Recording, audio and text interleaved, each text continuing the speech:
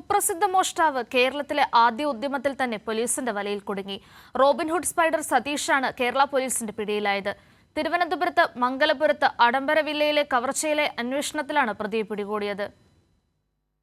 മോഷ്ടാവാണ് Robin Hood spider Satheesh. Karnataka, Andhra, Telangana, Tamil Nadu എന്നിവിടങ്ങളിൽ ഉൾപ്പെടെ ദക്ഷിണേന്ത്യൻ സംസ്ഥാനങ്ങളിൽ 70-ൽ പരം കവർച്ചാ കേസുകളിൽ പ്രതി. ആന്ധ്രയിലെ മന്ത്രിയുടെ വീട്ടിൽ നിന്നും 7 കിലോ സ്വർണമാണ് ഇയാൾ ഒരിക്കൽ കവർന്നത്. കാഞ്ചീപുരത്ത് ജ്വല്ലറി ഉടമയുടെ വീട്ടിൽ നിന്നും 1.5 കിലോ സ്വർണവും കവർച്ച ചെയ്തു. ഈ കേസിൽ ജാമ്യത്തിലിറങ്ങിയ ശേഷമാണ് ഇയാൾ കഴിഞ്ഞ ജൂൺ 5-ന് മംഗലപുരം നെല്ലിമൂടിലെ ആഡംബര വില്ലയിൽ കവർച്ച നടത്താനെത്തിയത്. കൊല്ലം സ്വദേശി ഷിജിയുടെ വില്ലയിൽ നിന്നും 38 പവനോളം സ്വർണം മോഷ്ടിച്ചു. പക്ഷേ കേരള പോലീസിന്റെ ശാസ്ത്രീയ അന്വേഷണത്തിൽ പ്രതി കുടുങ്ങുകയായിരുന്നു.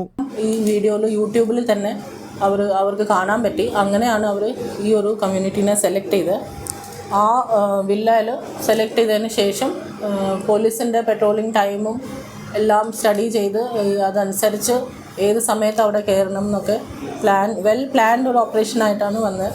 ഫുൾ ഫേസ് കവേർഡ് ആയിരുന്നു, ഗ്ലൗസ് ഇട്ടിട്ടുണ്ടായിരുന്നു. ഒരു തുമ്പ് പോലും നമുക്ക് കിട്ടാത്ത രീതിയിലാണ് ഓപ്പറേഷൻ ചെയ്തത്.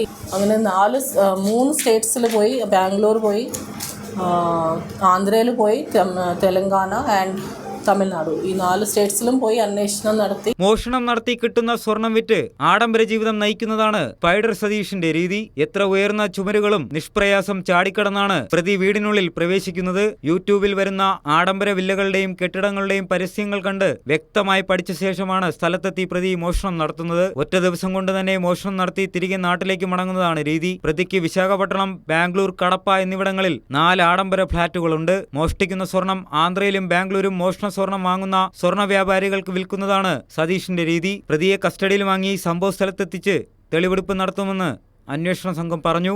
ആറ്റിങ്ങൽ ഡിവൈഎസ്പിയുടെ നേതൃത്വത്തിലുള്ള അന്വേഷണ സംഘമാണ് സാഹസികമായി ഇയാളെ പിടികൂടിയത്. കൈരളി ന്യൂസ്, തിരുവനന്തപുരം.